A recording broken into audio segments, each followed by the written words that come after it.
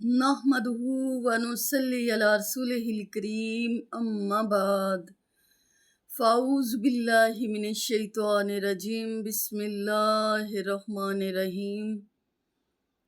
آج میرے پاس جو ٹاپک ہے وہ یہ ہے، حضرت عیسیٰ علیہ السلام اللہ نہیں بلکہ اللہ کے رسول ہیں۔ قرآن حکیم سورہ مائدہ میں اللہ سبحانہ و تعالیٰ نے کرسچین کو یہ واضح کر دیا ہے کہ عیسیٰ ابن مریم اللہ کے بندے اور اس کے رسول ہیں۔ اللہ سبحانہ و تعالیٰ فرماتا ہے کہ وہ لوگ کھلا کفر کرتے ہیں جو کہتے ہیں کہ عیسیٰ ابن مریم اللہ ہیں، جبکہ مسیح خود یہ کہا کرتے تھے کہ اے اولاد یعقوب، اس رب کی عبادت کرو جو میرا رب بھی ہے اور تمہارا رب بھی ہے، اور یاد رکھنا بے شک جس شخص نے اللہ کے ساتھ شرک کیا اس پر جنت حرام کر دی گئی، یعنی کہ وہ شخص کبھی بھی جنت میں داخل نہیں ہوگا بلکہ اس کو جنت کی خوشبو بھی نہیں آئے گی جو شرک کرتا ہے، اور اس کا ٹھکانہ جہنم کی آگ ہے، یعنی کہ وہ شخص ہمیشہ جہنم میں رہے گا، اس میں سے کبھی بھی باہر نہیں نکلے گا، اور جب قیامت کا دن قائم ہوگا تو کوئی اس کا مددگار نہیں ہوگا۔ اور وہ لوگ بھی کھلا کفر کرتے ہیں جو کہتے ہیں کہ اللہ تین میں سے ایک ہے۔ اس وقت کرسچین کہا کرتے تھے کہ تین خدا ہیں، ایک اللہ، دوسرا مریم اور تیسرا عیسیٰ ابن مریم۔ اور اب کرسچین جو ہیں انہوں نے سیدہ مریم کو ایک سائیڈ پہ کر دیا، وہ کہتے ہیں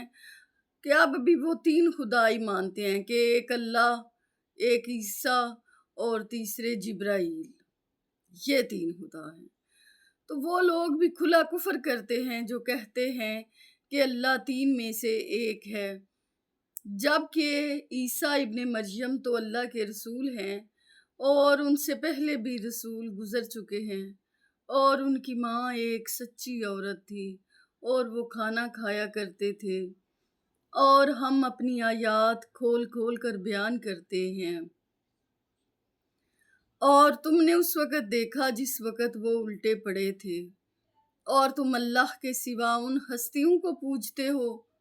جو نہ تمہیں فائدہ دے سکتی ہیں اور نہ ہی نقصان، اور اللہ ہی سننے والا اور علم والا ہے۔ اللہ سبحانہ و تعالیٰ نے ان آیات میں یہ بات واضح کر دی ہے کہ عیسیٰ ابن مریم اللہ نہیں ہیں بلکہ اللہ کے ایک رسول ہیں۔ اللہ سبحانہ و تعالیٰ نے نہ صرف کرسچین کو بلکہ مسلمانوں کو بھی یہ بات سمجھا دی ہے کہ عیسیٰ ابن مریم نہ کسی کو فائدہ دے سکتے ہیں نہ ہی نقصان دے سکتے ہیں۔ اس نے یہ کائنات اس لیے نہیں بنائی